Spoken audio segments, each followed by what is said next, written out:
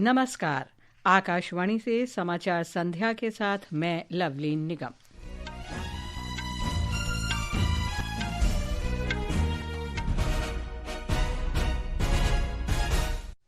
प्रधानमंत्री नरेंद्र मोदी ने कहा, भारतीय युवा स्टार्टअप के माध्यम से दैनिक जीवन की समस्याओं का समाधान कर रहे हैं।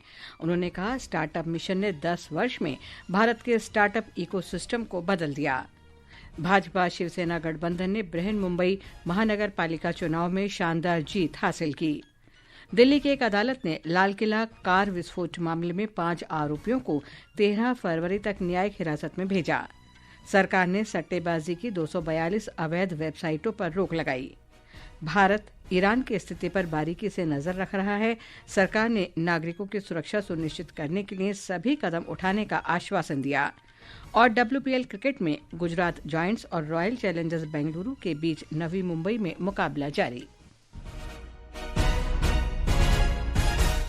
प्रधानमंत्री नरेंद्र मोदी ने कहा है कि स्टार्टअप इंडिया केवल एक योजना नहीं बल्कि इंद्रधनुषी दृष्टि है जो विभिन्न क्षेत्रों को नए अवसरों से जोड़ती है।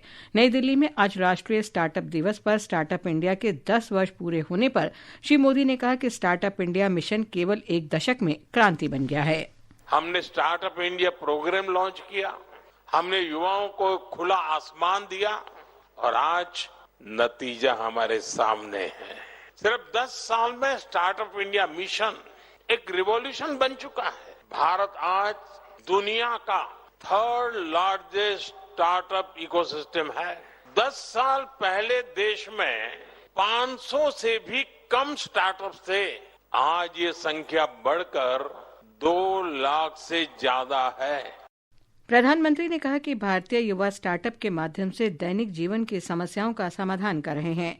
श्री मोदी ने कहा कि महिला नेतृत्व वाले स्टार्टअप्स को वित्त पोषण देने के मामले में भारत विश्व का दूसरा सबसे बड़ा देश है। आज 45% से ज्यादा रिकॉग्नाइज्ड स्टार्टअप में कम से कम एक महिला डायरेक्टर या पार्टनर है।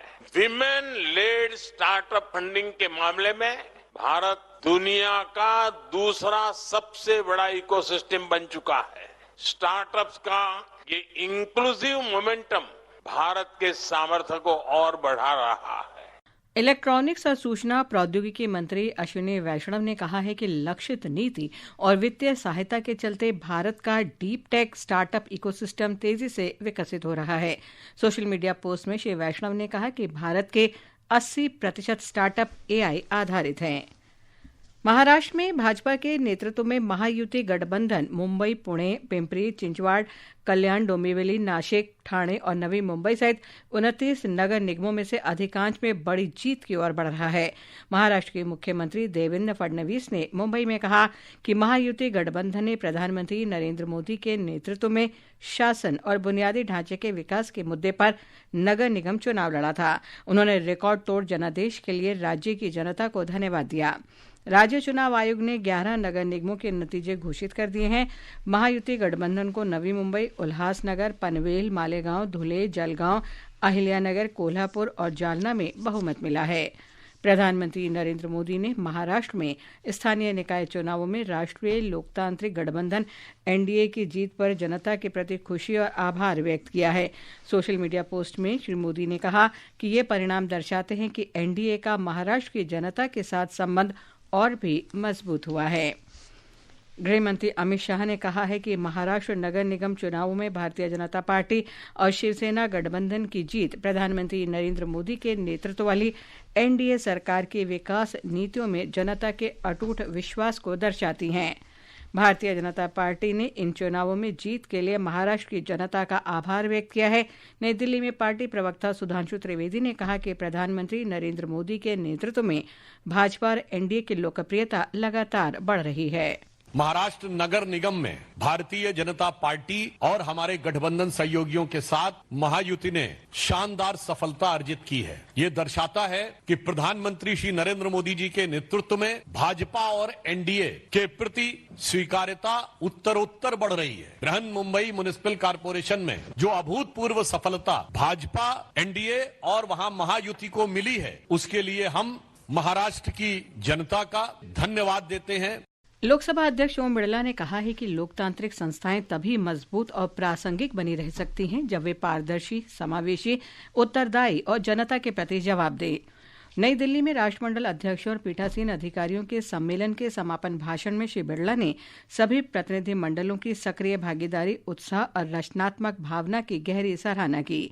इस वर्ष सम्मेलन का आयोजन लोकसभा अध्यक्ष ओम बिरला की अध्यक्षता में हुआ। समापन सत्र में उन्होंने 29वें CSPOC की अध्यक्षता ब्रिटेन के संसद के अध्यक्ष सर लिंडसे होयल को सौंपी।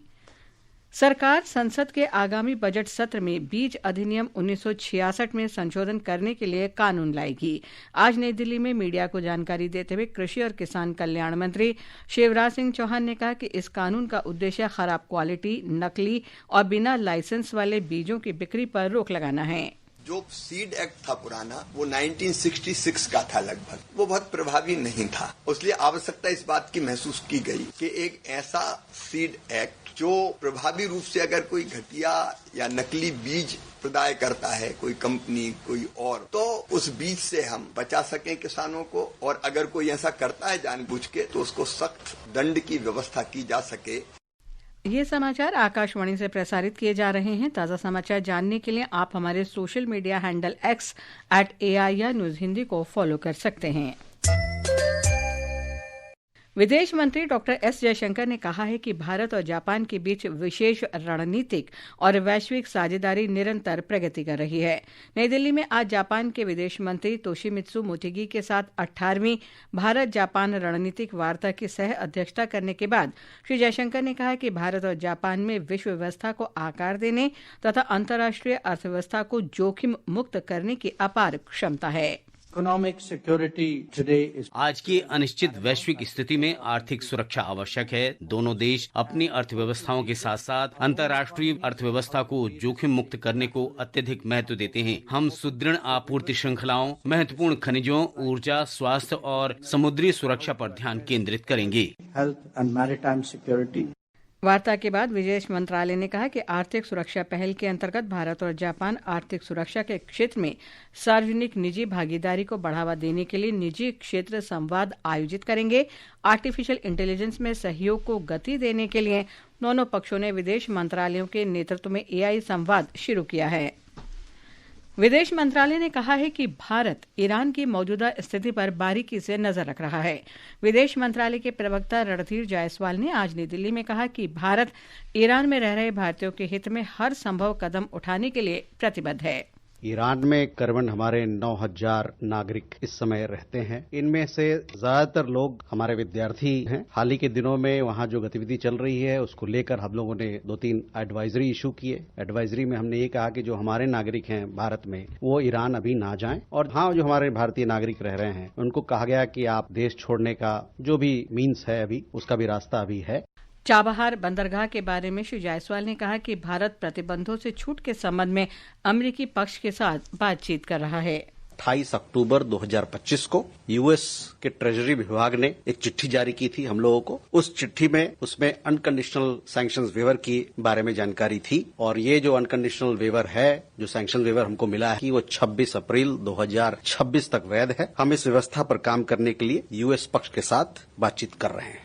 दिल्ली की एक अदालत ने लाल किला कार विस्फोट मामले में 3 डॉक्टर और 1 उपदेशक सहित 5 आरोपियों को अगले महीने की 13 तारीख तक न्यायिक हिरासत में भेज दिया है।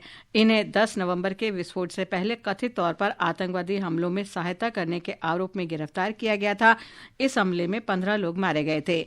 2 अन्य आरोपी यासिर अहमद डार और नसीर बिलाल मल्ला की न्यायिक हिरासत भी बढ़ा दी गई है।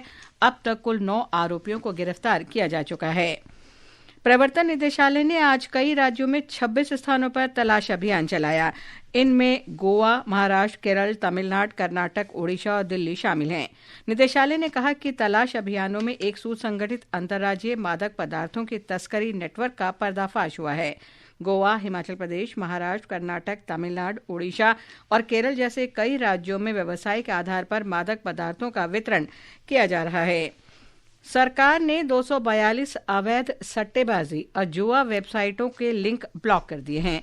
सूत्रों के अनुसार ऑनलाइन जुआ अधिनियम पारित होने के बाद से अब तक 7,800 से अधिक अवैध सट्टेबाजी या जुआ वेबसाइटों को बंद किया जा चुका है और प्रवर्तन कार्यवाहियों में उल्लेखनीय वृद्धि हुई है। ये कार्यवाही उपयोगकर्ताओं, विशेष रूप से युवाओं की सुरक्षा और अवैध ऑनलाइन सट्टेबाजी से होने वाले वित्तीय सामाजिक नुकसान को रोकने के लिए सरकार की प्रतिबद्धता को दर्शाते हैं।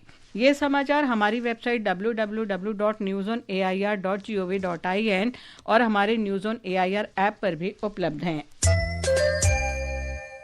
प्रधानमंत्री नरेंद्र मोदी कल से पश्चिम बंगाल और असम के 2 दिन के दौरे पर रहेंगे। पहले दिन प्रधानमंत्री मालदा रेलवे स्टेशन पर हावड़ा और गुवाहाटी कामाख्या मार्ग पर देश की पहली वंदे भारत स्लीपर ट्रेन को वर्चुअल माध्यम से हरी झंडी दिखाकर रवाना करेंगे। बाद में श्री मोदी असम के गुवाहाटी में बोडो समुदाय की समृद्ध विरासत का जश्न मनाने वाले ऐतिहासिक सांस्कृतिक कार्यक्रम बारुंगड़ा 2026 में भाग लेंगे। रेल मंत्री अश्विनी वैष्णव ने आज पश्चिम बंगाल के न्यू जलपाईगुड़ी रेलवे स्टेशन पर चल रहे विकास कार्यों का निरीक्षण किया। अमृत भारत स्टेशन योजना के अंतर्गत इसे विश्व स्तरीय रेलवे स्टेशन के रूप में विकसित किया जा रहा है, जहां सभी आधुनिक सुविधाएं उपलब्ध होंगी। रेल मंत्री ने बताया कि प्रधानमंत्री नरेंद्र मोदी कल राज्य में 1 दर्जन से अधिक नई ट्रेनों को हरी झंडी दिखाकर रवाना करेंगे। प्रभाला तीर्थम, जिसे जगन्नाथ थोटा प्रभाला उत्सव के नाम से जाना जाता है, आज कनुमा में शुभ अवसर पर कोनसीमा क्षेत्र में श्रद्धा और भक्ति के साथ मनाया जा रहा है। ये उत्सव आंध्र प्रदेश के मोसलापल्ली गांव में स्थित जगन्नाथ थोटा नामक नारियल के बागान में आयोजित किया गया था। कनुमा दिवस पर 11 प्रभाओं ने आसपास के 11 गांवों से भव्य जुलूस निकाला। ये प्रभाएं भगवान शिव के 11 रूपों 11 रुद्रों का प्रतीक थीं। इस उत्सव का एक प्रमुख आकर्षण गंगा लकरू अग्रहारम से निकली प्रभा का पवित्र कौशिका नदी को पार करना था। इस उत्सव का इतिहास 476 वर्षों से अधिक पुराना है। ऐसा माना जाता है कि 17वीं शताब्दी में 11 रुद्र विश्व कल्याण के लिए यहाँ एकत्रित हुए थे। आंध्र प्रदेश सरकार ने प्रभाला तीर्थम को राज्य उत्सव घोषित किया था। विजयवाड़ा से अल्लू मुरली की रिपोर्ट के साथ समाचार कक्ष से मैं मुकेश कुमार। सांख्यिकी और कार्यक्रम कार्यान्वयन मंत्रालय आधार वर्ष में महत्वपूर्ण संशोधन करने जा रहा है। आकाशवाणी समाचार के साथ विशेष साक्षात्कार में सांख्यिकी और कार्यक्रम कार्यान्वयन मंत्रालय के सचिव डॉक्टर सौरभ गर्ग ने बताया कि सरकार संशोधित आधार वर्ष 2024 के साथ 12 फरवरी को उपभोक्ता मूल्य सूचकांक जारी करेगा। सीपीआई का डेटा है, उपभोक्ता मूल्य सूचकांक बोलते हैं सीपीआई। ये हम प्रति मास 12 तारीख को निकालते हैं। आईआईपी जो है वो भी मासिक हिसाब से निकलता है, वो हर मास के 28 तारीख को निकलता है। जो जीडीपी का डेटा है वो त्रैमासिक 3 मास में क्वार्टरली डेटा निकलता है और एनुअल डेटा हम निकालते हैं। अभी हम फरवरी मास में 12 तारीख को निकालेंगे सीपीआई का डेटा और 28 तारीख को निकालेंगे जीडीपी का डेटा। ये साक्षात्कार आज रात 9:30 बजे कार्यक्रम करंट अफेयर्स में आकाशवाणी एफएम गोल्ड चैनल और अन्य चैनलों पर प्रसारित किया जाएगा। महिला प्रीमियर लीग में गुजरात जॉइंट्स के साथ मुकाबले में रॉयल चैलेंजर्स बेंगलुरु ने ताज़ा समाचार मिलने तक 18वें ओवर में 5 विकेट पर 156 रन बना लिए हैं। गुजरात जॉइंट्स ने टॉस जीतकर पहले गेंदबाजी का फैसला किया। नई दिल्ली में इंडिया ओपन बैडमिंटन टूर्नामेंट में भारतीय चुनौती समाप्त हो गई है। आज पुरुष सिंगल्स के क्वार्टर फाइनल में लक्ष्य सेन चीनी ताइपे के लिन चू यी से 21-17, 13, 21, 18, 21 से हार गए। लक्ष्य सेन भारतीय चुनौती के रूप में एकमात्र बचे खिलाड़ी थे। मौसम विभाग ने उत्तर प्रदेश और उत्तराखंड में 18 तारीख तक घने कोहरे की चेतावनी जारी की है। असम, मेघालय, बिहार, हरियाणा, चंडीगढ़, दिल्ली, पंजाब, पश्चिम बंगाल और सिक्किम में मंगलवार तक कुछ स्थानों पर घना कोहरा छाए रहने का अनुमान है। वहीं झारखंड, छत्तीसगढ़, ओडिशा, पूर्वी मध्य प्रदेश और हिमाचल प्रदेश में अगले 2 से 3 दिन तक शीतलहर चलने की संभावना है। अंत में मुख्य समाचार एक बार फिर। प्रधानमंत्री नरेंद्र मोदी ने कहा, भारतीय युवा स्टार्टअप के माध्यम से दैनिक जीवन की समस्याओं का समाधान कर रहे हैं। कहा, स्टार्टअप मिशन ने 10 वर्ष में भारत के स्टार्टअप इकोसिस्टम को बदल दिया। भाजपा शिवसेना गठबंधन ने बृहन मुंबई महानगर पालिका चुनाव में शानदार जीत हासिल की। दिल्ली की एक अदालत ने लाल किला कार विस्फोट मामले में 5 आरोपियों को 13 फरवरी तक न्यायिक हिरासत में भेजा। सरकार ने सट्टेबाजी की 242 अवैध वेबसाइटों पर रोक लगाई। भारत ईरान की स्थिति पर बारीकी से नजर रख रहा है। सरकार ने नागरिकों की सुरक्षा सुनिश्चित करने के लिए सभी कदम उठाने का आश्वासन दिया। इसके साथ ही समाचार संध्या का ये अंक समाप्त हुआ। नमस्कार।